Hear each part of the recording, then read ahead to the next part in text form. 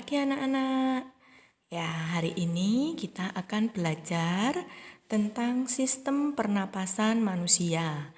Ya, sistem pernapasan kita itu seperti apa sih? Nah, sebelumnya kita harus tahu yang dinamakan bernafas itu meliputi dua hal atau dua proses, yaitu menarik napas atau yang sering disebut juga dengan inspirasi dan mengeluarkan nafas atau ekspirasi. Jadi in itu masuk, ex itu keluar. Kemudian saat kita menarik nafas, itu yang kita hirup atau yang masuk ke hidung kita itu adalah oksigen. Nah, oksigen ini punya rumus kimia O2 ya. Jadi kalau ada di dalam soal O2 itu artinya adalah oksigen. Kemudian saat kita mengeluarkan nafas, itu yang kita keluarkan atau yang kita hembuskan itu adalah karbon dioksida atau rumus kimianya CO2 dan uap air. Nah, uap airnya itu kok kita kalau nafas kan nggak ada airnya, Bu. Memang yang namanya uap air itu bukan berarti terus airnya nyemprot-nyemprot gitu, bukan ya. Nah, itu bisa kita lihat kalau misalnya kalian bernafas di depan cermin. Ketika kalian menghembuskan nafas, yang kalian keluarkan selain karbon dioksida, itu di cermin itu seperti ada berkas air ya. Ya, seperti mengembun. Nah, itu uap airnya itu. Itu bisa kita lihat kalau kita bernafas di depan cermin. Jadi, kalau kita bernafas biasa seperti ini di udara begini, itu memang tidak kelihatan. Tapi kalau kita bisa mempraktekannya, kalau mau melihat, kita bernafas di depan cermin ya, atau kaca. Lalu organ pernafasan manusia itu ada apa saja? Nah, kamu bisa lihat di gambar ya. Di gambar itu ada rongga hidung, rongga mulut, kemudian faring, laring, trakea, paru-paru, bronkus, bronkiolus, diafragma ya, alveolus. Nah, itu semua adalah organ-organ pernapasan manusia. Kita akan melihat satu persatu. Ya, yang pertama adalah hidung. Ya, hidung ini merupakan tempat masuknya udara. Jadi ketika kalian bernafas, udara itu pertama kali masuk lewat hidung. Yang masuk itu apa? Tadi oksigen. Yang kita keluarkan apa? Karbon dioksida dan uap air. Ya. Kemudian pada rongga hidung, kalau kita sering memperhatikan hidung kita itu ada apa saja sih di dalamnya. Yang pertama ada bulu hidung ya.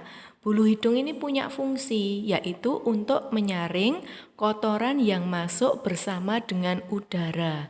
Jadi udara yang masuk ke hidung itu bukan udara bersih ya, tetapi udara yang ada partikel-partikel kotorannya. Nah, oleh bulu hidung ini akan disaring.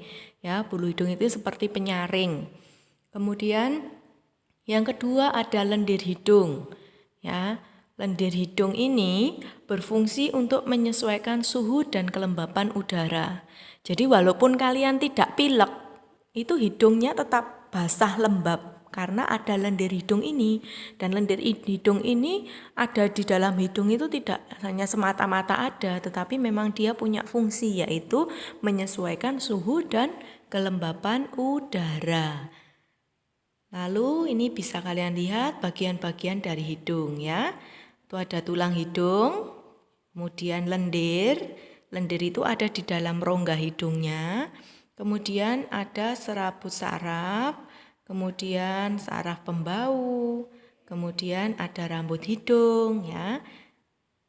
Lalu kita ke faring ya. Faring itu apa? Faring merupakan persimpangan antara saluran pernafasan bagian depan dengan saluran pencernaan pada bagian belakang. Jadi ini seperti persimpangan. Jadi di faring itu ada katup yang dia bisa membuka menutup sehingga ketika kita bernafas itu udara tidak salah jalan.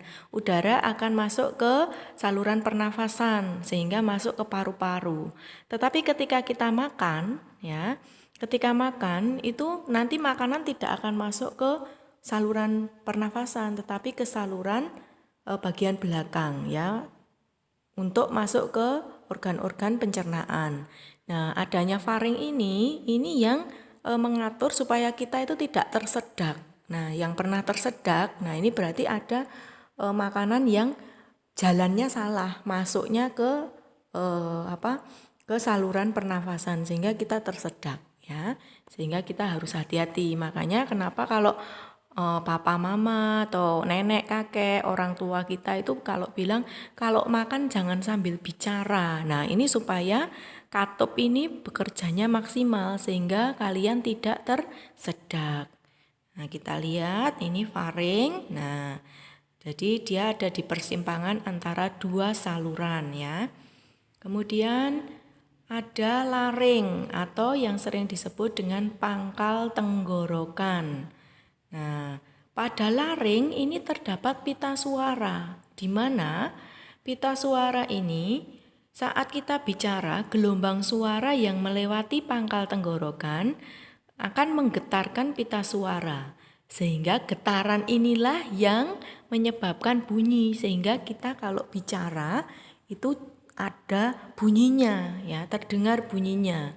Ya, jadi yang menyebabkan kita bisa bicara, bisa melafalkan sesuatu itu karena adanya pita suara ini. Dan bunyi itu tidak lain adalah getaran ya, seperti yang pernah kita pelajari di kelas 4 dulu. Nah, nih kita lihat ya, ini gambar dari laring atau pangkal tenggorokan. Kemudian ini trakea.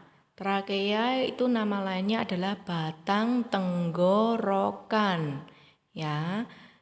Pada trakea terdapat jaringan yang disebut jaringan silia yang akan bergerak dan mendorong keluar debu-debu dan bakteri yang masuk. Nah, jadi di trakea ini udara akan disaring untuk kedua kalinya. Kalau tadi yang pertama itu disaring di hidung dengan bantuan bulu hidung, mungkin masih ada kotoran atau bakteri, kuman yang masuk. Lalu di dalam trakea ini oleh jaringan silia itu akan disaring lagi.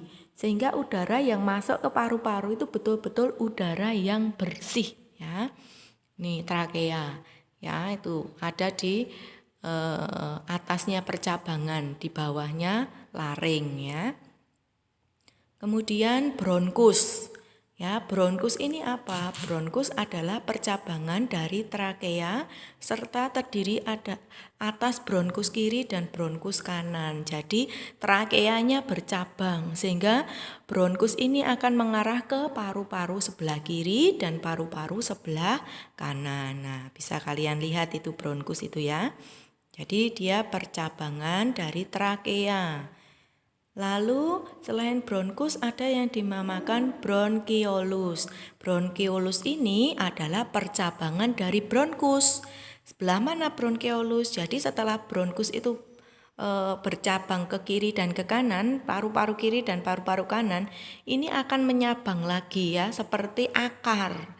Nah, yang kecil-kecil itu namanya bronkiolus.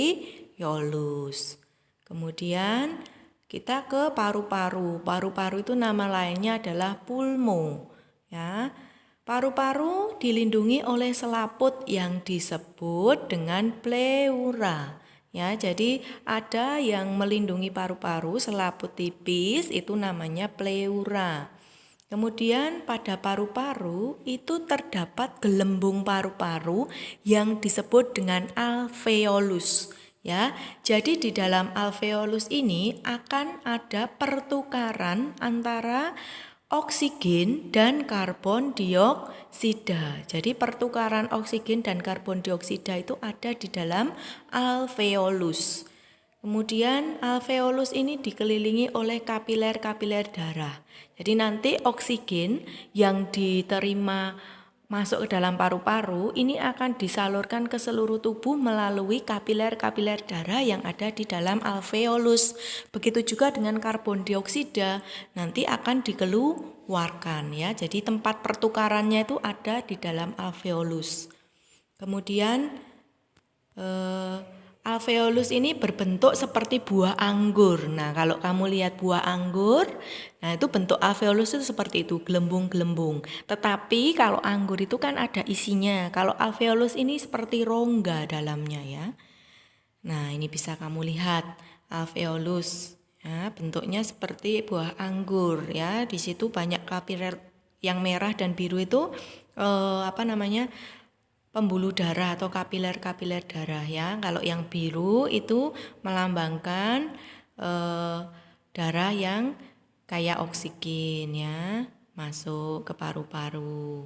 Kemudian diedarkan ke seluruh tubuh.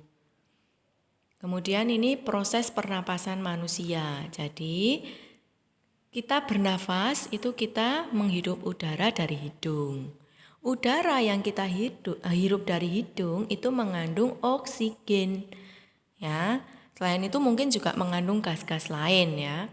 Kalau kita berada di udara yang sangat bersih ya kita menghirupnya oksigen saja. Tapi kalau kita berada di daerah polutan, udara yang tercemar, maka mungkin yang masuk bukan hanya oksigen ya. Kemudian setelah udara masuk, udara dari hidung akan masuk ke tenggorokan. Kemudian dari tenggorokan melalui trakea tadi terus masuk ke paru-paru. Akhirnya udara akan mengalir sampai ke alveoli yang merupakan ujung dari saluran. Jadi di dalam alveolus itu ada alveoli ya. Oksigen yang terkandung dalam alveolus bertukar dengan karbon dioksida yang terkandung dalam darah yang ada di pembuluh darah alveolus melalui proses difusi. Ya. Dalam darah, oksigen akan diikat oleh hemoglobin. Nah, hemoglobin ini selain mengikat oksigen, dia juga memberi warna merah pada darah. Ya. Kemudian selanjutnya darah yang telah mengandung oksigen akan mengalir ke seluruh tubuh. Oksigen diperlukan oleh tubuh untuk proses respirasi sel-sel tubuh. Jadi untuk aktivitas sel-sel tubuh itu memerlukan oksigen, termasuk otak kita. Kalau kita kekurangan oksigen, maka kita akan lemes. Kalau otak kekurangan oksigen juga, maka tidak bisa berpikir maksimal. Ya, sehingga kita capek, pusing, badan lemes. Nah, itu mungkin kita kekurangan oksigen. Kemudian gas karbon dioksida yang dihasilkan selama proses respirasi sel tubuh akan ditukar dengan oksigen. Selanjutnya, darah mengangkut karbon dioksida untuk dikembalikan ke alveolus paru-paru dan akan dikeluarkan ke udara melalui hidung saat kamu mengeluarkan nafas ya. Jadi ini kamu bisa lihat prosesnya ya. Udara berembus ke paru-paru, ya, kemudian masuk ke alveolus, alveoli tadi, oksigennya diserap, dibawa ke seluruh tubuh, karbon dioksidanya dikeluarkan. Ya, ini prosesnya seperti ini. Nah, kemudian bernafas itu juga ternyata membutuhkan kekuatan otot, ya. Otot yang dibutuhkan itu adalah otot diafragma ya. Nah, otot diafragma ini yang sangat berperan dalam proses pernapasan. Diafragma itu terdapat di dalam tubuh di bagian bawah rongga dada.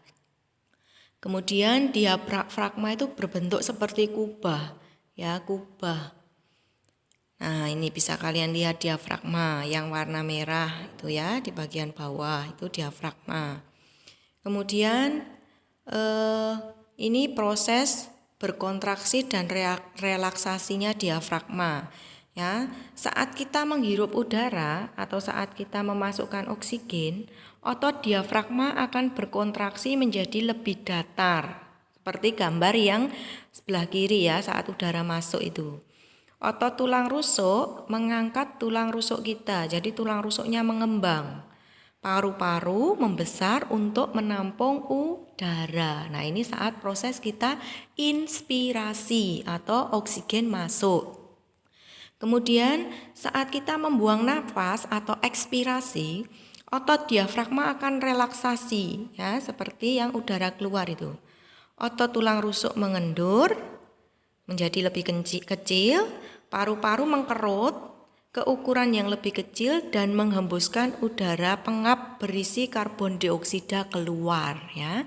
Jadi ini dua proses pernafasan, inspirasi dan ekspirasi. Lalu proses difusinya itu di mana? Ya pertukarannya udaranya akan bertukar di dalam alveolus. Nah, ini penjelasan Bu Ayu tentang proses pernafasan manusia. Nanti akan ada latihan, bisa kalian kerjakan. Kemudian PowerPoint-nya bisa kalian simpan untuk bahan belajar, untuk bahan PTS ya. Silakan dipelajari dengan baik. Terima kasih atas perhatiannya. Selamat belajar. Semoga kalian semua dapat belajar dengan baik dan bisa mendapatkan ilmu yang maksimal. Tetap di rumah, jaga kesehatan. Tuhan Yesus memberkati. Dadah.